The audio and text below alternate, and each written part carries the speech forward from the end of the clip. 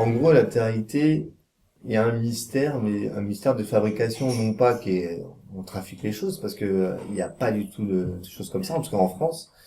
Il y a l'huissier et tout qui est là. Mais il y a un fantasme de tout est triché. Je sais pas pourquoi. Alors, parce que son héros va être éliminé, on va se dire, mais c'est impossible que le héros soit éliminé. Mais vraiment, encore une fois, rien n'est triché. Il y avait absolument rien de truqué, c'était pas du tout du théâtre, on m'a jamais rien demandé de faire ni de dire. C'est-à-dire vous mettez 16 à 18 personnes dans une maison, dans une moyenne d'âge entre 25 et 30 ans, dont beaucoup sont pas mal de leur personne. Il y a des garçons et des filles, il y a forcément des méchants, des gentils. Forcément, il va y avoir des amourettes, forcément, il va y avoir l'enfoiré de service, forcément, il va y avoir la bonne copine qui va consoler tout le monde. C'est la réalité de la vie, quoi. Être enfermé avec des gens tout le temps, ça suffit pour que ça pète. Ça suffit pour qu'il y ait des histoires de couple ou de cul, enfin, plus des histoires de cul, clairement. Si vous voulez une émission comme Secret Story, c'est un soap opéra dont le scénario n'est pas écrit, mais est prévisible. C'est là où je dis que c'est pas un scénario. C'est que moi, je réagis avec leurs histoires à eux. Et avec leurs histoires, je vais créer ce qui se passe autour d'eux. Il n'y a pas de scénario, il n'y a pas de... En revanche, il y a des circonstances qui sont mises en place ou des rencontres ou des moments en particulier où on va leur faire telle ou telle excursion avec telle ou telle personne de la villa, en sachant pertinemment, nous, que machin a peur du parachute ou que machin et machin ne s'entendent pas. Je sais que par exemple, je ne sais pas quelle production, mais sur Énergie 12, a priori, par contre, c'est beaucoup plus scénarisé et on demande effectivement aux candidats de monter, de faire des scènes en fait. Les Anges, c'est encore un autre truc parce que c'est de la script reality. C'est-à-dire que le matin, ils ont un scénar. Alors, ils n'ont pas des dialogues à apprendre, ils ont des situations à jouer. Voilà. Donc, c'est plus vraiment de la télé-réalité. C'est la script réalité. On n'est pas là derrière eux à leur dire fais ci, fais ça, etc. Mais si un garçon est attiré par une fille et que je le vois et que la personne le dit au confessionnal sans que eux se le disent, je vais faire en sorte qu'ils se mettent ensemble. Comment? Jamais de manière directe. Je ne vais pas aller chercher, lui dire au mec, il faut que tu te mettes avec la fille, ou inversement. Je vais créer des missions collectives où le hasard va faire qu'à un moment, ils vont se retrouver à deux. Et ça peut être aussi bête que vous allez aujourd'hui tous danser ensemble, et à un moment, ils vont forcément se retrouver tous les deux. Donc l'alchimie va naître.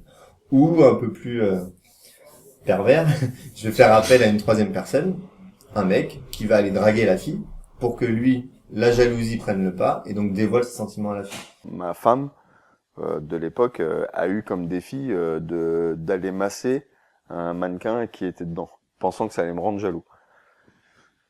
Voilà, donc voilà, c'est le genre de trucs qu'ils vont faire pour essayer de mettre un peu de piment. On aiguille, si tu veux, enfin aiguiller, je trouve même que le mot est un peu fort, mais c'est pas écrit, mais on connaît nos candidats, on sait comment ça va se passer si on prépare telle ou telle situation. Et il y a plein de scènes au final qu'on a vécues mais qui ne sont pas montrées à la télé. Et du coup, en fait, il y a des scènes qui prennent un autre sens. Chaque jour, ils prennent 5 minutes, mais d'une journée. Donc ils prennent les images qu'ils veulent. Et ils n'hésitent pas à prendre des images qui sortent du contexte, complètement. Moi, j'ai un exemple tout simple, et qui est de la manipulation pure. Ils m'ont pris un moment où je pleurais, et ils ont dit que je pleurais parce que Caroline était sortie. Sauf que je pleurais parce que je venais d'avoir ma mère au téléphone qui était à l'hôpital. Donc, rien à voir. Mais ils l'ont traduit comme ça. Et quand ça, on le voit pas de l'intérieur, ça, on le voit de l'extérieur. Et après, on se dit, putain, il est salaud, quoi. Oui, certaines phrases sont sorties du contexte. Mais comme on fait les interviews dans le confessionnal, ils savent de quoi ils vont parler. C'est-à-dire qu'on leur fait pas à l'envers. Si on va pas inventer une histoire d'amour si le mec ne dit même pas en interview, j'aime bien cette fille. Donc on raconte pas du fake. On va bien sûr aider à raconter notre histoire. Peut-être que de temps en temps, une phrase sortie de son contexte va raconter l'histoire, mais c'est la vraie histoire.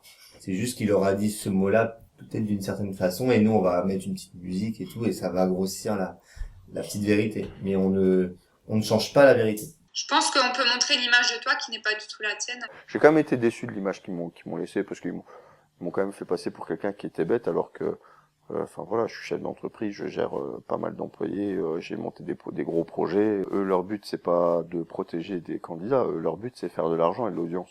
Si la situation X nous intéresse, là, on tire le fil. parce que cette situation nous intéresse et on sait que voilà, l'histoire elle peut tenir 1 semaine, voire 2, voire 3, parce qu'il va y avoir des rebondissements, parce qu'il va y avoir ceci, parce qu'il va y avoir cela. Et là, il va y avoir des missions qui vont être données par la voix, qui vont permettre de mettre soit du vinaigre sur la plaie, soit du miel selon les situations. Voilà, c'est comme ça que ça se passe. C'est le côté production.